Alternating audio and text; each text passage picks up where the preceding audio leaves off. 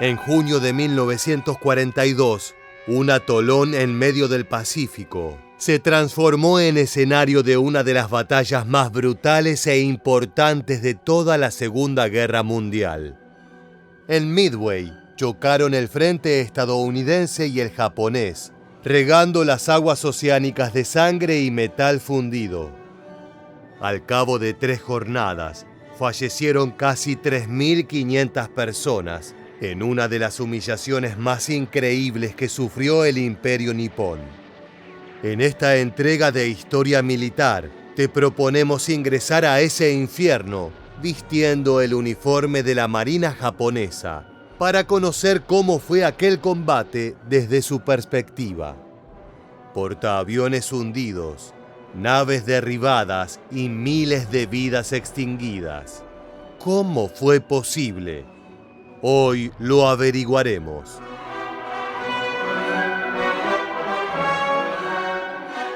Desde antes de la Segunda Guerra Mundial, el Imperio del Japón se mostraba ante el mundo como una potencia invencible.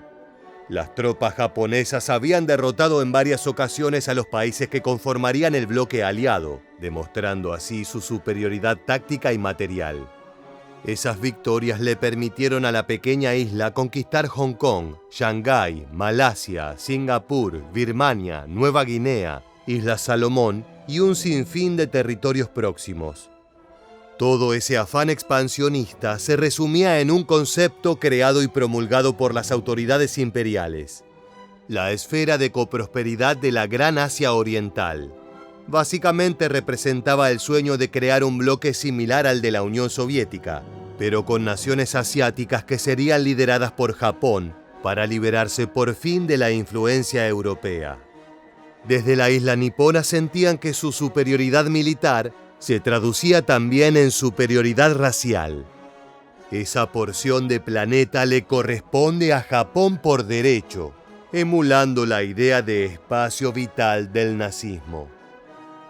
El 7 de diciembre de 1941, el almirantazgo japonés llevó a cabo una operación que cambió la historia.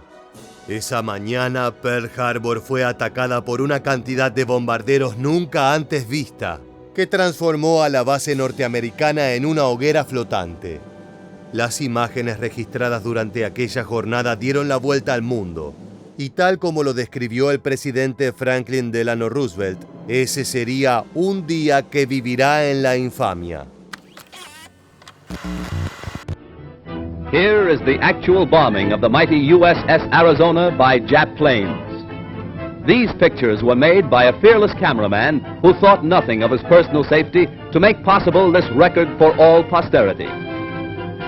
A single lucky hit was responsible for the disaster that befell the Arizona when a Jap bomb falling directly through one of the battleship's funnels exploded in the engine room and set ablaze tons of fuel oil.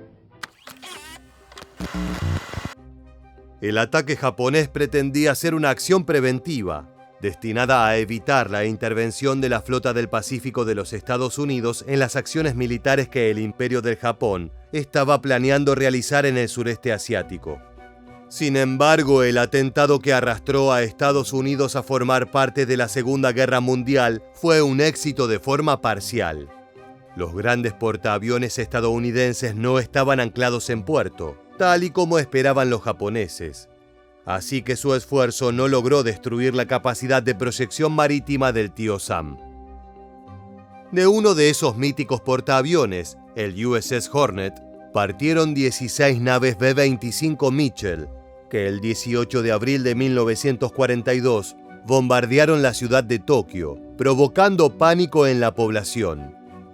En mayo de ese mismo año, los estadounidenses utilizaron sus Carriers para impedir los movimientos japoneses hacia Australia durante la batalla del Mar del Coral. La poderosa respuesta americana convenció a los altos mandos japoneses de que tenían que golpear a los portaaviones enemigos si querían seguir soñando con una conquista total del sudeste asiático. Escuchemos las palabras del primer ministro Hideki Toyo. 帝国の流体東亜の荒廃まさにこの一戦にある1億国民が一切を挙げて国に報い、国に準ずるの時は今であります。悪行を家となす公務のもとに、この人中報告の大精神ある限り、英米といえども何ら恐るるに足らないのであります。Según la información proporcionada por la inteligencia nipona, los carriers estadounidenses navegaban en aguas cercanas a las islas Midway, un atolón localizado en el Pacífico Norte, cerca del extremo noroccidental del archipiélago de Hawái. El nombre de Midway hace referencia a su posición geográfica por estar a mitad de camino entre América y Asia. Con esto en mente, el almirante Isoroku Yamamoto propuso una teoría arriesgada. Él consideraba que permanecer a la defensiva ante una potencia con el poderío industrial y los recursos humanos de los Estados Unidos era una actitud suicida.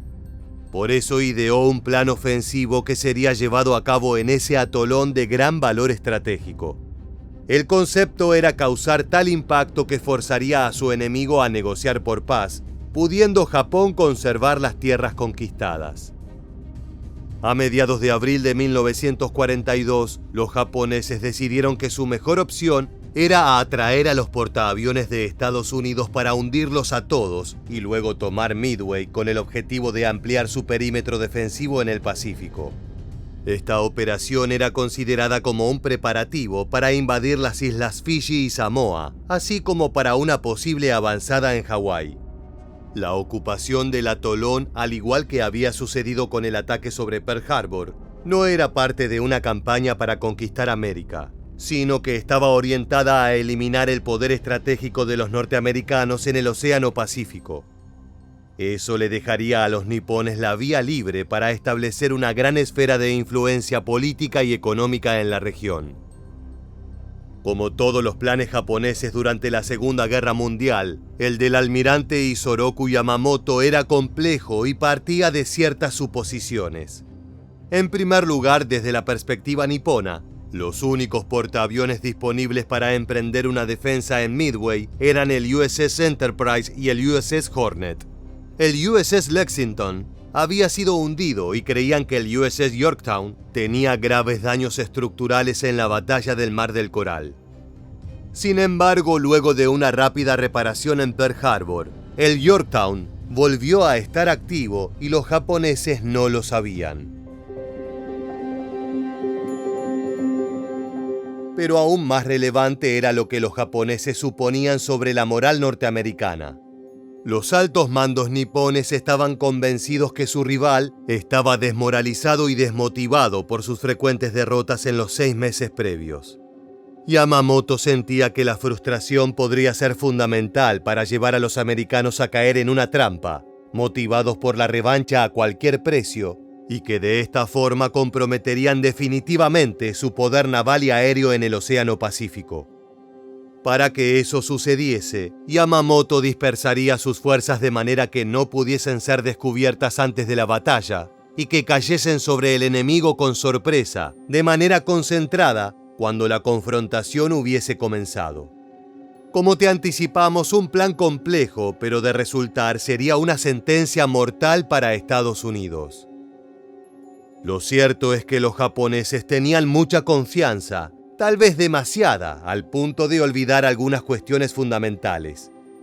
Por ejemplo, capturar Midway demandaba una operación de asalto anfibio sin precedentes. Hasta el momento, la Armada japonesa solo había realizado ataques de ese tipo en terreno sin defensas o escasamente protegido. El atolón era un territorio pequeño, por lo que era seguro que habría presencia norteamericana en la totalidad de Midway, complicando aún más el desembarco. Y ese no era el único obstáculo.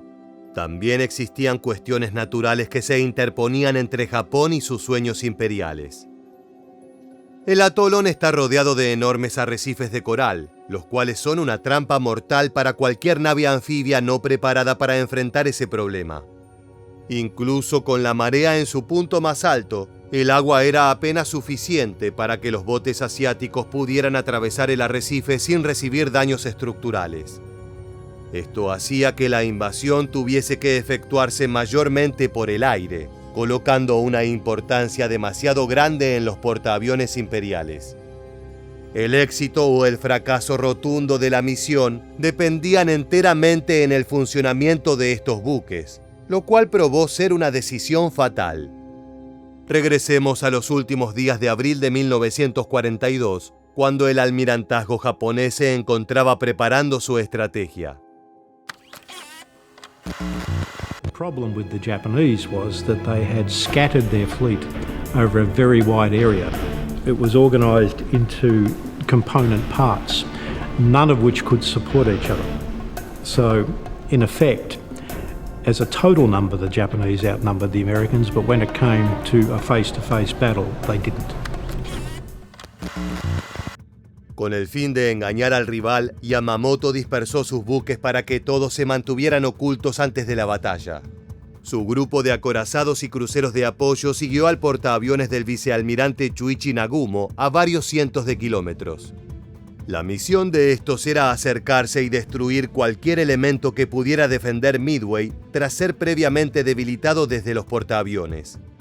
Lo que el vicealmirante no sabía es que esa táctica le impediría defender correctamente sus posiciones y que terminaría brindando la ventaja al enemigo.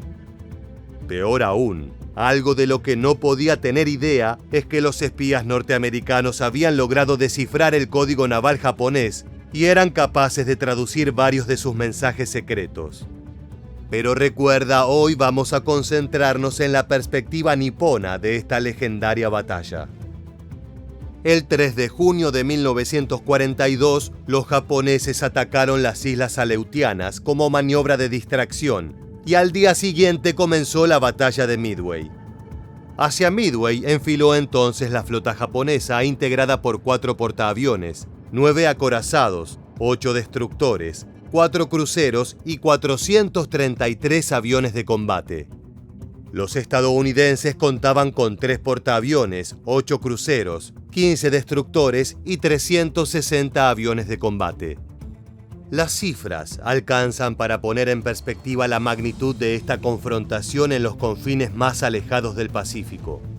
Así recuerda su experiencia antes de despegar el piloto imperial Harada Kaname.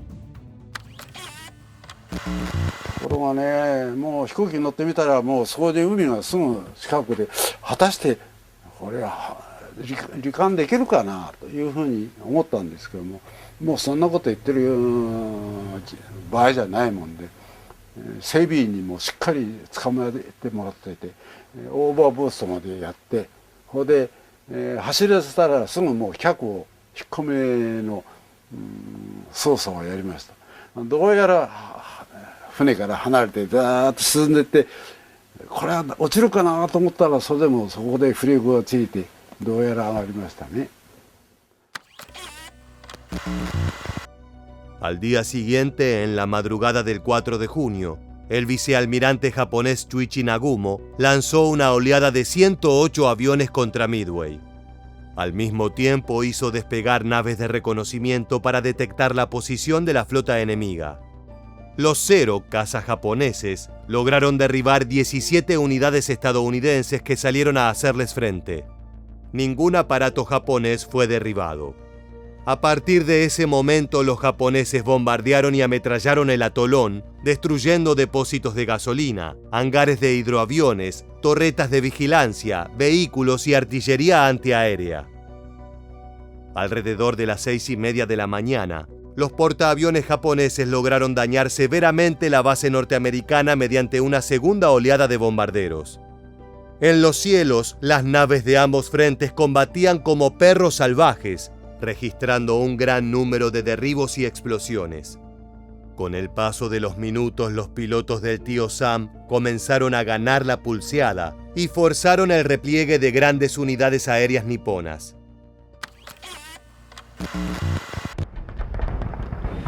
Japanese planes were shot down by the score. One flew slap into this.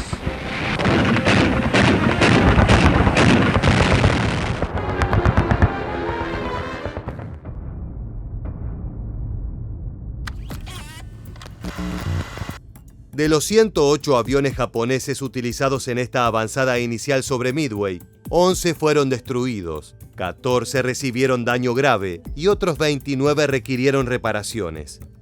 Con esas cifras, y considerando que los bombarderos norteamericanos aún podían usar partes de la base para recargar combustible y volver al ataque, se consideró que la primera oleada fue un fracaso. Era clave profundizar en las hostilidades y pretendían plantar bandera para un desembarco a gran escala en los días siguientes.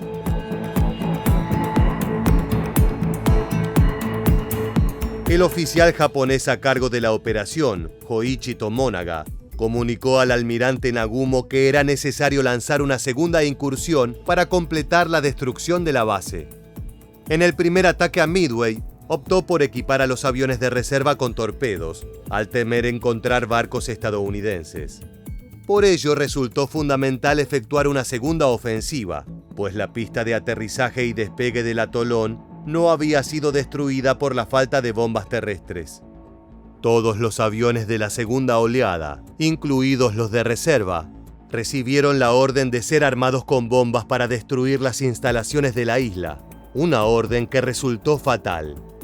El gran problema es que reemplazar los torpedos iba a demandar mucho tiempo, por lo menos media hora por nave.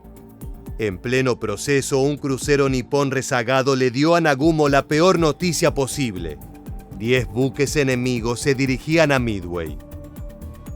Preso del pánico, Nagumo ordenó volver a subir todos los aviones a cubierta y cambiar las bombas por torpedos, perdiendo incluso más tiempo en una batalla donde el reloj era el principal antagonista.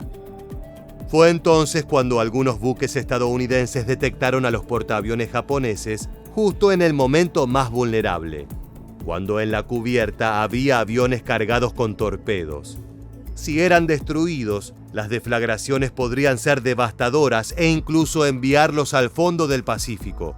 Y así fue. La explosión de los aviones japoneses armados con torpedos hizo explotar también los depósitos de combustible, por lo que los 3 portaaviones alcanzados se fueron a pique.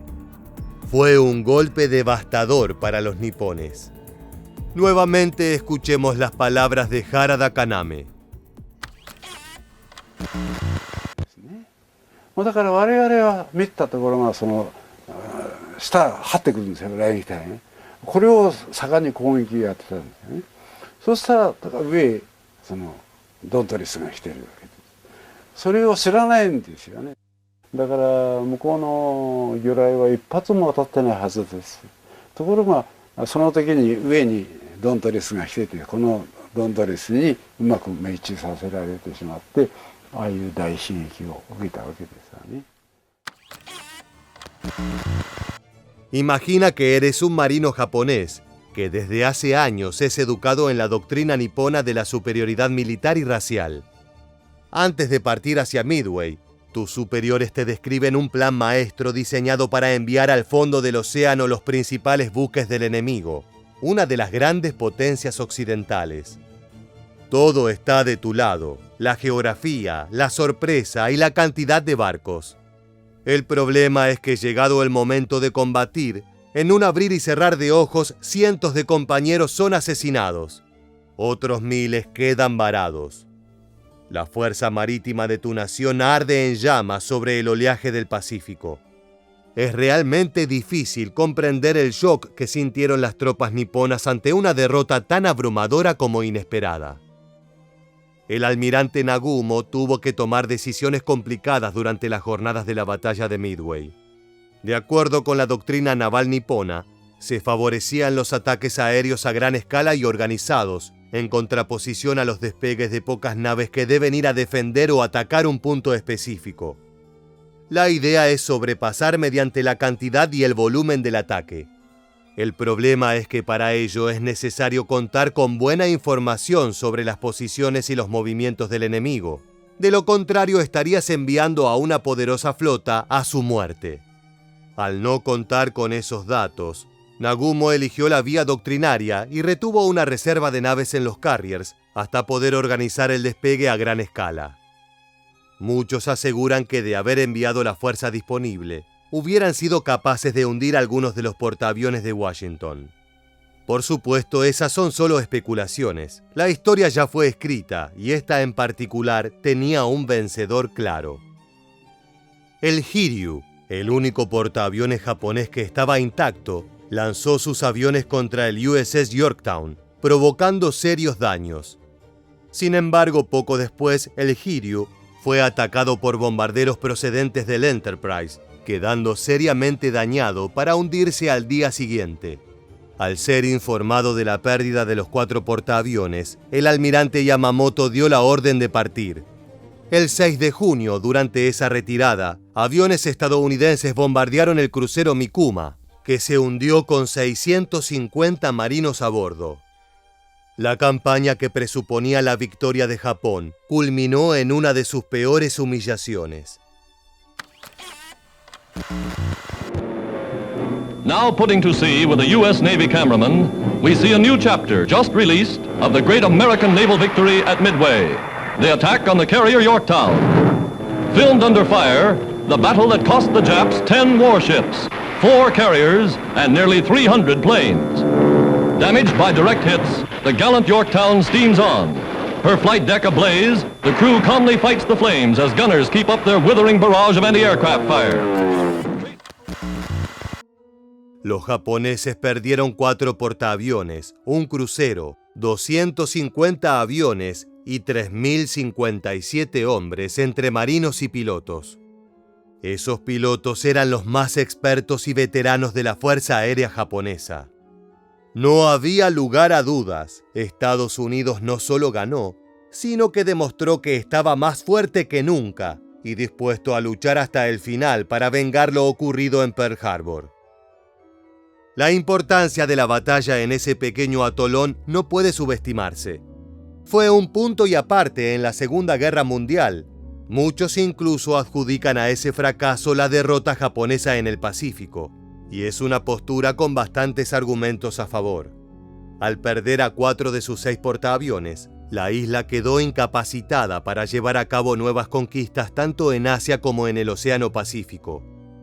A partir de Midway, Japón perdió la iniciativa militar y pasó a la defensiva, algo que sus almirantes habían diagnosticado como un grave error.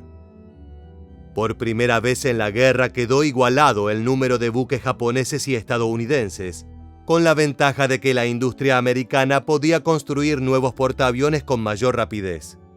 De hecho, hasta 1945, Washington logró botar 35 portaaviones, mientras que los nipones apenas compensaron los perdidos en Midway.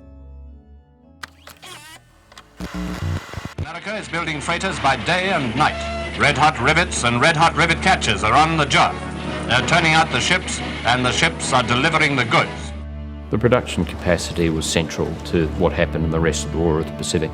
The American industrial machine was gearing up in 1942, and its products really started to come out in mass numbers in 1943. Al analizar la derrota de Japón desde la perspectiva de sus almirantes y soldados, es posible identificar un factor que condenó al imperio durante toda la contienda: el exceso de confianza y la visión imperialista sin límites. Cada hombre japonés estaba convencido de que su nación era capaz de derrotar a cualquier ejército del planeta. Al mismo tiempo, había una fe ciega en las complicadas estrategias militares de sus oficiales, las cuales precisaban no solo de la capacidad de sus hombres, sino también de la suerte. Depender del destino y la fortuna no es algo extraño en tiempos de guerra, pero debe ser la excepción y no la regla. Por último, el principal motivo para el fracaso nipón fue la falta de énfasis en el trabajo de inteligencia. Tener una flota gigantesca y bien preparada es excelente, pero de nada sirve si tus soldados se manejan con información poco confirmada y tus mensajes son leídos por el rival. Por todos estos detalles y más, la victoria estadounidense en Midway sigue siendo un capítulo apasionante y fundamental dentro de la Segunda Guerra Mundial. De esta manera llegamos al final del video. Si te gustó este contenido y quieres seguir aprendiendo sobre los conflictos bélicos más importantes del siglo XX, te invitamos a que te suscribas y actives las notificaciones de nuestro canal.